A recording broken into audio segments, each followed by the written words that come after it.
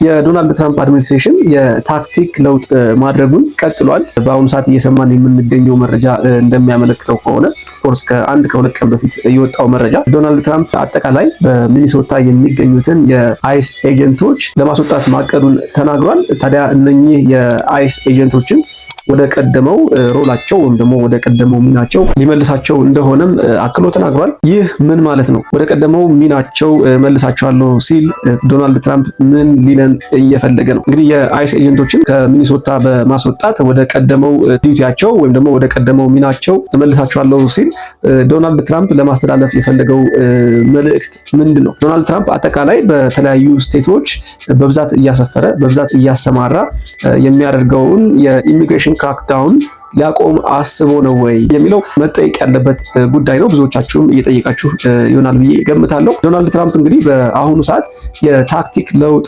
ሲያደርግ ከጀርባ ምን አስቦ ነው? ከዚህ ቀደምም ለመግለጽ እንደሞከርኩት ዶናልድ ትራምፕ በቅርቡ ለሚደረገው የኮንግረስ ምርጫ ከፍተኛ የሆነ ዝግጅት እያደረገ ይገኛል። ከነዛ ዝግጅቶች መካከል ደግሞ እንግዲህ ይሄ ፖለቲካዊ ቀውስ እንዲሁም ደግሞ በወዳጆቹም በአድናቂዎቹም ዘንድ ከፍተኛ ቁጣ እየፈጠረ የመጣውን ህዝቡን እያሸበረ ያለውን የኢሚግሬሽን ክራክዳውን በተወሰነ ደረጃም ቢሆን እንግዲህ ቀዝቀዝ ለማድረግ እየሞከረ ይገኛል። ከዚህ ቀደም እንደምታስታውሱት በሚኒሶታ ከፍተኛ የሆነ ቁጣ ተቀስቅሶ ነበረ። ስፔሻሊ ሁለት የሚኒሶታ ነዋሪዎች መሞታቸውን ተከትሎ የዶናልድ ትራምፕ አድሚኒስትሬሽን ወደ 700 የሚጠጉ የፌዴራል ኤጀንቶችን ከአካባቢው እንዲወጡ ማድረጉ ይታወሳል። በአሁኑ ሰዓትም ታዲያ እንግዲህ በአካባቢው በሚኒሶታ እነኚህን የፌዴራል ኤጀንቶች እንዲመራ የተላከው ቶም ሆማን የተባለው ግለሰብ የአይስ ኤጀንቶችን ሊያስወጣ ስለመሆኑ ተናግሯል። አድምጡት። I have proposed and President Trump has concurred that this surge operation conclude. A significant drawdown has already been underway this week and will continue through the next week. And to deliver on President Trump's promise for strong border security and mass deportation, law enforcement officers drawing down from this surge operation will either return to their duty stations or be assigned elsewhere to achieve just that. እንዳደመጣችሁት ነው ቶም ሆማን እያለን የሚገኘው እንግዲህ በአካባቢው የተሰማራው የአይስ ኤጀንት ሙሉ በሙሉ በሚባል ደረጃ ከአካባቢው ነቅሎ እንደሚወጣና እነኚህ የአይስ ኤጀንቶችን ከዚህ ቀደም ወደ ነበሩበት ዋና የስራ ድርሻቸው ወደ ቀድሞው አሰራራቸው ሊመለሱ ስለመሆኑ ነው የተናገረው። እዚህ ጋር እነኚህ የአይስ ኤጀንቶች ከአካባቢው ለቀው የወጡበት ምክንያት ምንድነው ብለን ስንጠይቅ እንግዲህ ከቶም ሆማንም ከሌሎች የመንግስት አመራሮችም ያገኘነው መረጃ እንደሚያመለክተው ከሆነ በዋናነት በአካባቢው የተሰጣቸውን ተልዕኮ በተሳካ ሁኔታ መጨረሳቸው የመጀመሪያው ምክንያት ተደርጎ ተገልጿል። ሌላኛው እንግዲህ በአካባቢው ይሄንን ኦፕሬሽን ራን ለማድረግ የሚወጣው ከፍተኛ የሆነ ኮስትም እንደ ሌላ ምክንያት ተገልጿል። ሌላው ይህንን አካባቢ ሚኒሶታን ለቀው ለመውጣታቸው እንደ ምክንያት እየተገለጸው እንደምታስታውሱት ሁለት የሚኒሶታ አካባቢ ሰዎች ህይወታቸው ማለፉን ተከትሎ የተነሳው ከፍተኛ የሆነ ቁጣና ተቃውሞ የፖለቲካ አውዱን እየቀየረ መሆኑን ተከትሎ ነው። በተለይ የዶናልድ ትራምፕ አድሚኒስትሬሽን በሚኒሶታ የተነሳው ቁጣ እጅግ እንዳስደነገጠው እንግዲህ የሚወስዳቸው እርምጃዎችና ውሳኔዎች አመላካች ናቸው። ከላይ በዘረዘርኩላችሁ ዋና ዋና ምክንያቶች የዶናልድ ትራምፕ አድሚኒስትሬሽን በቶም ሆማን አማካኝነት በሚኒሶታ የሚገኙትን የፌዴራል ኤጀንቶች ስፔሻሊ የአይስ ኦፊሻሎች እያስወጣ ስለመሆኑ ተናግሯል ማለት ነው። በዚህ አጋጣሚ አንዳንድ ዳታዎችን ለማየት እንደሞከርኩት በሚኒሶታ በነበራቸው ቆይታ ወደ 4000 የሚጠጉ ሰዎችን ስለማሰራቸው ለማረጋገጥ ችያለሁ። ከቶም ሆማንም ለመስማት እንደቻልነው እንግዲህ በአካባቢው የነበራቸውን ተልዕኮ በተሳካ ሁኔታ መጨረሳቸውን ሲናገር ተደምጧል። ታዲያ ቀጣይ የአይስ ጉዞ ወዴት ነው? በአሁኑ ሰዓት በሚኒሶታ ሰፍረው የነበሩ እጅግ በጣም በርካታ ቁጥር ያላቸው የአይስ ኤጀንቶች ከሚኒሶታ እንደሚወጡ ተነግሯል።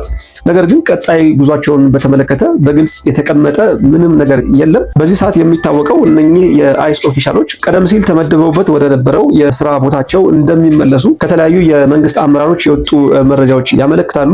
እነኚህ የአይስ ኦፊሻሎች ከዚህ ቀደም በመደበኛነት ተመድበው ይሰሩ ወደ ነበሩበት ሪጅኖች፣ ከተሞችና ቦታዎች ሄደው እንግዲህ የቀድሞ ስራቸው ላይ ሊሰማሩ እንደሆነ መረጃዎች ያመለክታሉ።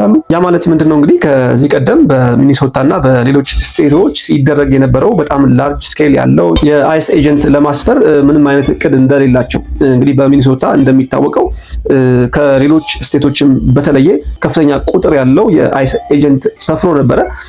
በአሁኑ ሰዓት እንግዲህ ከአመራሮች እየሰማን የምንገኘው መረጃ ተመሳሳይ አይነት ፕላን እንደሌላቸው፣ እነኚህ የአይስ ኤጀንቶችም ከዚህ ቀደም ሲያደርጉ እንደነበረው ስፔሲፊክ ኬዞችን ብቻ እንደሚከታተሉ፣ ያ ማለት ምንድነው? ከዚህ ቀደም የነበረው የአይስ አሰራር ታርጌት የሚያደርጓቸው ኢንዲቪዥዋሎች ይኖራሉ። ምናልባት ከፍርድ ቤት የተሰጣቸውን ትዕዛዝ በመያዝ ብቻ እነኛን ግለሰቦች አድነው በመያዝና አስፈላጊውን እርምጃ በመውሰድ ሚናቸውን ይወጡ ነበረ። ስፔሲፊካሊ ታርጌት የሚያደርጓቸው ሰዎች ላይ ብቻ የሚሰሩ ይሆናል ማለት ነው። እነኚህ ታርጌት የሚደረጉ ሰዎችም ሜይንሊ ክሪሚናሎች ወይም ደግሞ ወንጀለኞችና አንዶክመንትድ የሆኑ በህገወጥ መንገድ ወደ ዩናይትድ ስቴትስ የገቡ ሰዎች እንደሚሆኑ ለማረጋገጥ ችያለሁ። በዚህ አጋጣሚ ግን እንግዲህ ከቶም ሆማንም ለመስማት እንደቻልነው ይህ ከፍተኛ የሆነ ቁጥር ያለው የአይስ ኤጀንቶችን ወደ ተለያዩ ስቴቶች የማስፈርና ኢሚግሬሽን ክራክዳውኑ የሚቀጥል እንደሚሆን ነው። ኦፍኮርስ በዚህ ሰዓት ምንም ፕላን የተደረገ ኦር ደግሞ ታርጌት የተደረገ ስቴት እንደሌለ፣ ነገር ግን በቀጣይ ተመሳሳይ አይነት ኢሚግሬሽን ክራክዳውኖች ኦር ደግሞ የኢሚግሬሽን ኢንፎርስመንቱ ሊቀጥል እንደሚችል ተናግረዋል። በዚህ አጋጣሚ ከዚህ ቀደም የነበረው የአይስ አሰራር ምን ይመስል ነበረ፣ አሁን ካለውስ በምን የተለየ ነው የሚለውን በጥቂቱ ለመመልከት እንሞክር። የአይስ ኦፊሻሎች ከዚህ ቀደም የተገበሩት የነበረው ኦር ደግሞ ኢንፎርስ ሲያደርጉ የነበረበት መንገድ ምን ይመስላል? የመጀመሪያው እነኚህ የአይስ ኦፊሻሎች በዋናነት ፊልድ ኦፊስ ላይ ይገኛሉ። እንግዲህ የተለያዩ አካባቢዎች ላይ ሜጀር የሚባሉ ሲቲዎች ላይ በመመደብ የተለያዩ ተግባራትን ሲያከናውኑ ቆይተዋል። እንግዲህ ይህ በህጉም የተቀመጠና ሬጉላርሊ ሲሰራበት የነበረ አካሄድ ነው። በሚመደቡበትም አካባቢ ቼኪን ያደርጋሉ። የተለያዩ የስደተኞችን ኬዝ ቼኪን ያደርጋሉ። የቁጥጥር ወይም ደግሞ የሱፐርቪዥን ስራ ይሰራሉ። ስፔሻሊ የሪሙቫል ኦርደር ላይ ያሉ ሰዎች ጋር በተገናኘ እንዲሁም ደግሞ ከፍርድ ቤት በሚሰጣቸው ትዕዛዝ ግለሰቦችን ያስራሉ። እነኚህ በፊልድ ወይም ደግሞ በተለያዩ የዩናይትድ ስቴትስ አካባቢዎች ተመድበው የሚሰሯቸው ስራዎች ነበሩ ማለት ነው። ሁለተኛው ተግባራቸው በዲቴንሽን ሴንተር ወይም ደግሞ የማቆያ ማዕከሎች አካባቢ የሚኖራቸው የስራ ድርሻ ነው። በእነኚህ የዲቴንሽን ሴንተሮች ወይም ደግሞ የማቆያ ማዕከሎች አካባቢ ደግሞ እንግዲህ እነኚህ የአይስ ኤጀንቶች የተለያዩ ኬዞችን ፕሮሰስ ያደርጋሉ፣ የትራንስፖርቴሽን ሰርቪስ ይሰጣሉ። ያ ማለት እንግዲህ ከአንደኛው የፋሲሊቲ ወደ ሌላኛው ፋሲሊቲ ኦር ደግሞ ከአንድ ፋሲሊቲ ወደ ተለያዩ ኮርቶች ወይም ደግሞ ፍርድ ቤቶች የትራንስፖርቴሽን አገልግሎት ይሰጣሉ። ከዛም በተጨማሪ እንግዲህ ከዲፖርቴሽን ጋር በተገናኘ ኮኦፐሬት ያደርጋሉ ማለት ነው። ሶስተኛው አይሶች ወይም ደግሞ እነኚህ የኢሚግሬሽን ከስተምስ ኢንፎርስመንት አባላት የሚገኙበት ቦታ ኮርት ወይም ደግሞ ፍርድ ቤት ነው። እንግዲህ በፍርድ ቤት በመገኘት የተለያዩ ኬዞችን ይከታተላሉ። ኦፍኮርስ እነኚህ ሰዎች እንደ ዳኛ አክት አያደርጉም ወይም ደግሞ ዳኛን ተክተው አይሰሩም። ነገር ግን የመንግስት ተወካይ ሆነው በፍርድ ቤት በመገኘት የተለያዩ ኬዞችን የሚከታተሉ ይሆናል ማለት ነው። አራተኛው የአይስ ሮል የሚሆነው ኢንቨስቲጌሽን ወይም ደግሞ ከምርመራ ጋር በተገናኘ ነው። እንግዲህ ከሆምላንድ ሴኩሪቲ ኢንቨስቲጌሽን ስር በመሆን የተለያዩ የምርመራ ሂደቶችን አብረው የሚከታተሉ ይሆናል። ስፔሻሊ ከክራይም ወይም ደግሞ ከወንጀል ከአደንዛዥ እጽና ከመሳሰሉ ጉዳዮች ጋር በተገናኘ የአይስ ኤጀንቶች የሆምላንድ ሴኩሪቲ ኢንቨስቲጌሽንን ሰፖርት ያደርጋሉ ወይም ደግሞ ያግዛሉ። የመጨረሻውና በጣም የተገደበ ሚና ያላቸው በቦርደር አካባቢ ነው። እንደሚታወቀው በቦርደር አካባቢ የቦርደር ፓትሮሎች አሉ። እነዚህ የቦርደር ፓትሮሎች በቦርደር አካባቢ ያለውን ጉዳይ ሃንድል የሚያደርጉት በዋናነት እነኚህ የቦርደር ፓትሮሎች ናቸው። ነገር ግን ከነኚህ ቦርደር ፓትሮሎች በተጨማሪ የአይስ ኤጀንቶችም የተወሰነ ሮል ተሰጥቷቸው እነኚህን የቦርደር ፓትሮሎች ሰፖርት ያደርጋሉ። በአሁኑ ሰዓት ከዶናልድ ትራምፕ አድሚኒስትሬሽን በኋላ ስለ አይስ ከአይስ ጋር ተያይዞ ኖርማል ያልሆነ ጉዳይ ምንድን ነው? ከዚህ ቀደም ከነበራቸው ሚና በተለየ በአሁኑ ሰዓት ሀፕን እያደረገ ያለና ጤናማ ያልሆነው አሰራር ምንድን ነው ካልን የመጀመሪያው እንግዲህ ኤክሰፕሽናል በሆነ ጉዳይ ወር ደግሞ ህጉን በተላለፈ መንገድ ከፍተኛ ቁጥር ያለው የአይስ ኤጀንት በአንድ አካባቢ ማስፈር ወር ደግሞ ዲፕሎይ ማድረግ ነው።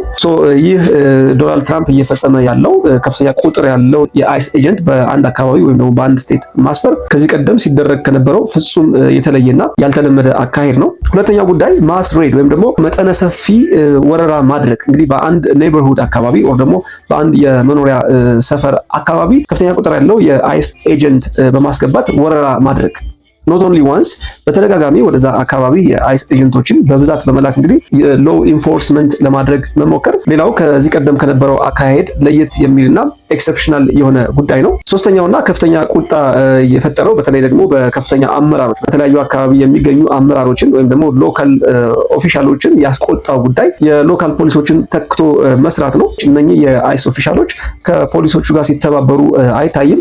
ይልቁን ሙሉ በሙሉ ዶሚኔት በማድረግ አካባቢው ላይ ከፍተኛ ቁጥጥር በማድረግ የፖሊስን ሚና ሲወጡ ይስተዋላል።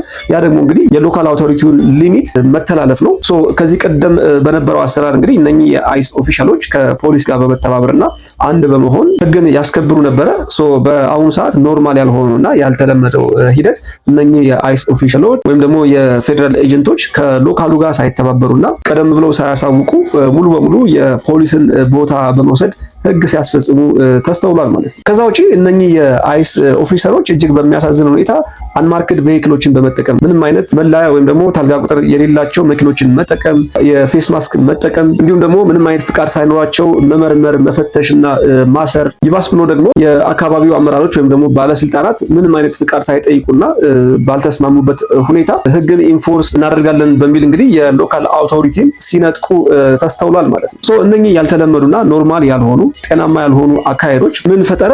የመጀመሪያው ቴረር ወይም ደግሞ ሽብር ነው። ብዙዎቻችን እንደተመለከትነው በበርካታ የአሜሪካ ስቴቶች የሚገኙ ነዋሪዎች አንዶክመንትድ የሆኑ ብቻም ሳይሆኑ ኢቭን በህጋዊ ፍቃድ ኖሯቸው የሚኖሩ የአሜሪካ ነዋሪዎችም ይህንን አካሄድ ሲቃወሙና ሽብር ስለመሆኑም ሲመሰክሩ ተደምጧል።